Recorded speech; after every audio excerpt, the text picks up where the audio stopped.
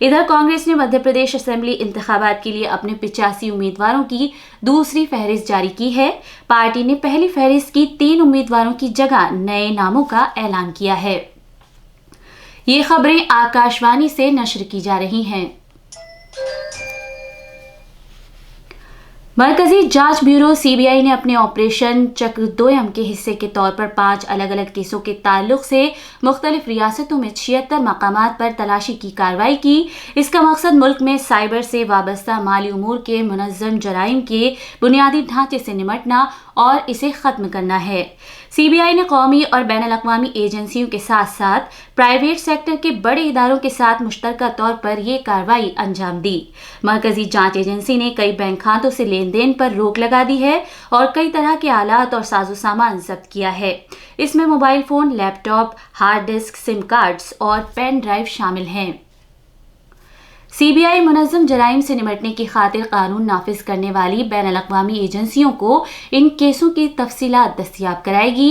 اس میں FBI، Interpol, برطانیہ کی NCA، سنگاپور پولیس اور جرمنی کی BKA ایجنسی شامل ہیں۔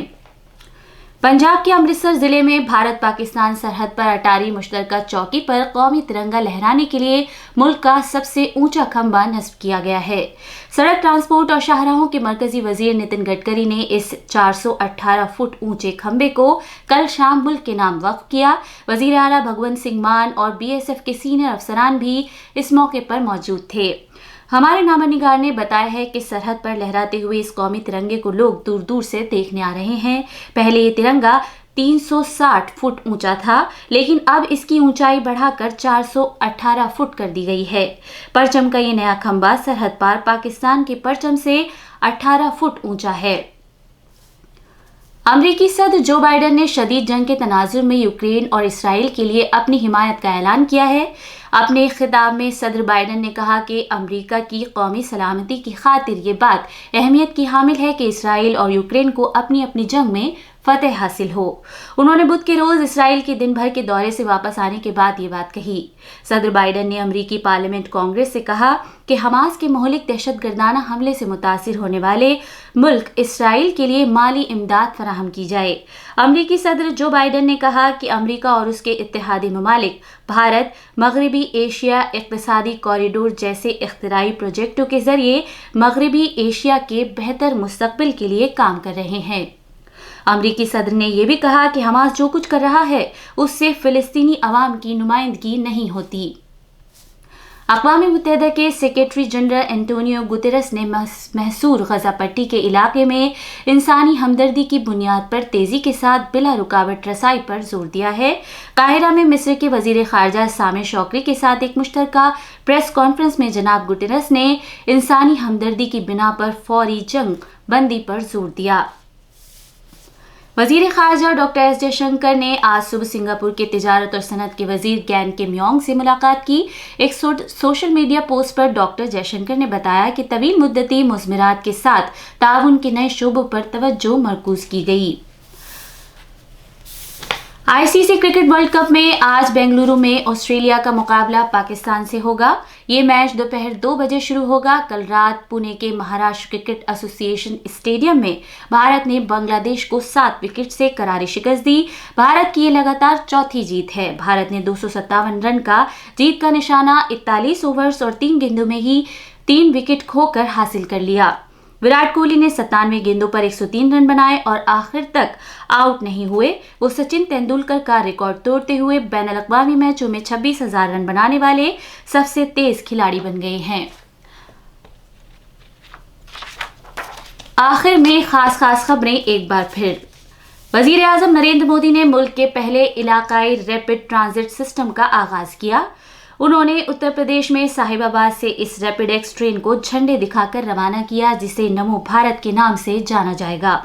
وزیر خزانہ نرملا سیتارمن نے نئی دلی میں منعقدہ کوٹلیا اقتصادی کانفرنس میں کثیر ملکی عالمی اداروں کی کم ہوتے ہوئے اثر پر تشویش کا اظہار کیا ہے۔